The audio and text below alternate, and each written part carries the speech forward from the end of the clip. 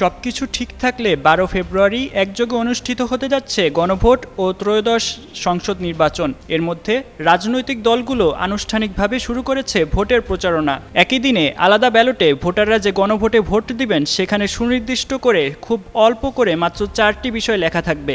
এই সনদ বাস্তবায়নে ভোটারদের সমর্থন আছে কিনা সেই প্রশ্নে হ্যাঁ অথবা না ভোট দিবেন ভোটাররা। গত বেশ কয়েকদিন ধরে অন্তর্বর্তী সরকারের পক্ষ থেকে সারা দেশে গণভোট নিয়ে প্রচারণা শুরু করে সরকার।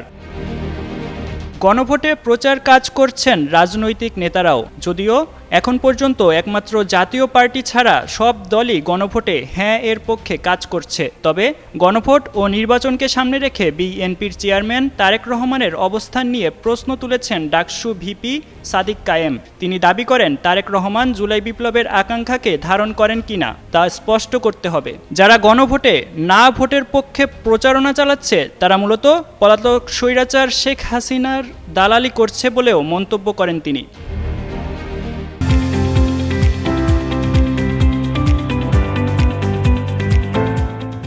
বৃহস্পতিবার ঢাকা 12 আসনের অন্তর্গত রাজধানীর কারওয়ান বাজারে হাজার হাজার নগরবাসীর উপস্থিতিতে স্লোগানে মুখরিত সমাবেশে সাদিক কায়েম বলেন, বাংলাদেশ গঠনে শহীদ জিয়া ও খালেদা জিয়ার অনেক অবদান রয়েছে।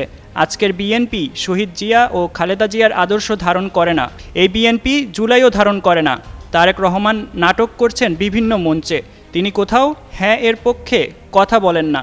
যদি জুলাইকে ধারণ না করেন, আগামী 12 ফেব্রুয়ারি হ্যাঁ ভোটের মাধ্যমে জনগণ জবাব দেবে।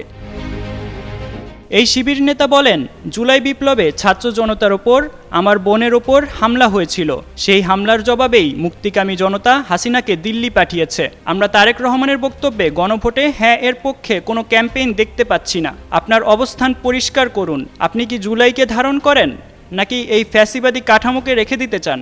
গণভোটে না ভোটের প্রচারণাকারীদের উদ্দেশ্যে তিনি বলেন, যারা না এর পক্ষে ক্যাম্পেইন করছে তারা হাসিনাকে পুনর্বাসিত করতে চায়। তারা আলেম ওলামাদের ওপর এবং ক্যাম্পাসে আবরার ফাহাদ বিশ্বজিৎদের মতো হত্যাকাণ্ড পুনরায় চালাতে চায়।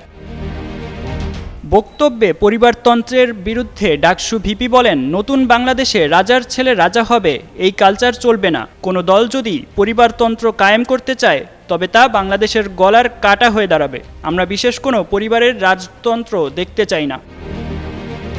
সাব্বির হোসেন সাকিব, যুগান্তর নিউজ।